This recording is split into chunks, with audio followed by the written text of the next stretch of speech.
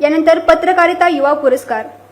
आपल्या पत्रकारिता युवा पुरस्काराचे मानकरी आहेत प्रियांका तुपे। 30 सेकंदांच्या रील्स आणि फेक न्यूजच्या झगमगाटात संविधानाशी बांधिलकी जपत ग्राउंड झिरोवर उतरून सत्याचा शोध घेणारी एक निर्भीड पत्रकार म्हणजे प्रियांका तुपे।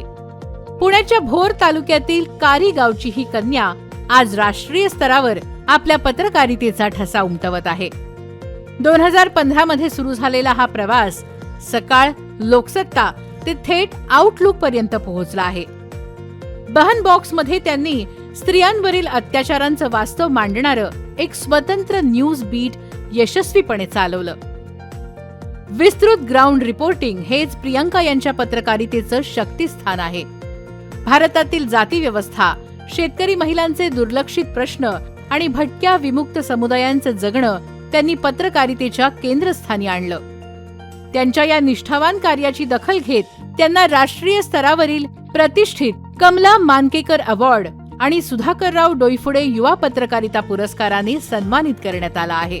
केवळ वार्तांकनच नव्हे तर कास्ट मॅटर्स सारख्या महत्त्वाच्या ग्रंथांचा अनुवाद आणि Sharad Pawar inspire fellowship in लिटरेचरच्या माध्यमातून त्यांचं वैचारिक कार्यही सुरू आहे। सध्या आउटलुक मासिकात सहाय्यक संपादक म्हणून कार्यरत असलेल्या प्रियांका लोकशाहीच्या बळकटीकरणासाठी सातत्याने जनकेंद्री पत्रकारिता करत आहेत।